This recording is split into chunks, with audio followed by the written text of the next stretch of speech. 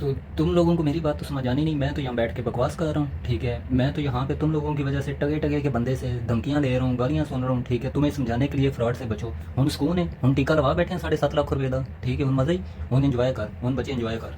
हम जा ऐसे ये चक्कर मारते हैं जनाब, आ जा कतर, फिर इधर आके 5-7 लाख रुपया और ला। तो भाई हुआ इस तरह से। मैं हमेशा बकवास करता हूँ, कंपनी की यार इन्फॉर्मेशन लो, कंपनी की इन्फॉर्मेशन लो। अगर जो एजेंट आपको वीज़ा दे रहा है, अगर वाकई उसके पास जेन्युइन डिमांड है, वो कंपनी की आपको कंप्लीट डिटेल देगा। वो आपको ये नहीं कहेगा कि भाई वीज़ा आएगा तो पता चल जाएगा, कॉन्ट्रैक्ट आएगा तो पता चल जाएगा, ठीक है। वो शुरू में कंप्लीट डिटेल देगा। अब ये एक भाई साहब हैं, ये मेरे साथ काफ़ी अरसे से टच में थे। तो मैं हमेशा बकवास करता हूँ, ट्रेडिंग, कॉन्ट्रैक्टिंग, हॉस्पिटैलिटी, क्लीनिंग, इन कंपनियों के वीज़े हो ना तो 90% फ्रॉड होते हैं। 90% उन्होंने वीज़े सेल करने होते हैं, ठीक है। अब इस भाई ने आना वेटर है, कंपनी ट्रेडिंग कॉन्ट्रैक्टिंग की है, ठीक है, ट्रेडिंग हॉस्पिटैलिटी की है, आना इसने वेटर है, ठीक है। तो पहला फ्रॉड तो ये है, क्योंकि ये ना किसी रेस्टोरेंट का वीज़ा है ना किसी होटल का वीज़ा है। पहला फ्रॉड तो इसके साथ ये हो गया। अच्छा, अब दूसरा फ्रॉड क्या हुआ, इसको जिस एजेंट ने वीज़ा वगैरह दिया, ठीक है, उस एजेंट वगैरह किसने सब मुझे डिटेलें भेज दी हैं। वीज़ा इसको वाकई मिला, ठीक है, वीज़ा मिला है, लेकिन मसला ये है उस कंपनी के पास काम ही नहीं है। वो फ्रॉड कंपनी थी, उसका वीज़ा एक्सपायर हो रहा था, उसने वीज़ा सेल करना था। इसने 7.5 लाख रुपया दे दिया। अब जनाब इसने जिस एजेंट को दिया, उस एजेंट ने वीज़ा वगैरह तो यहाँ कतर वाले बंदे से ले दिया इसको। अब कतर वाला बंदा ना एजेंट की कॉल उठा रहा है ना इनकी कॉल उठा रहा है, ठीक है। अब जनाब ना इसके पास कोई जॉब है, वीज़ा एक्सपायर होने में भी 20 दिन रह गए हैं। अभी उसका मैसेज आया कि भाई वो एजेंट कह रहा है पता नहीं फ्रॉड हो गया आपके साथ। तो अभी ये है कि आप खुद कतर चले जाओ, वहाँ जाके जॉब फंड कर लो।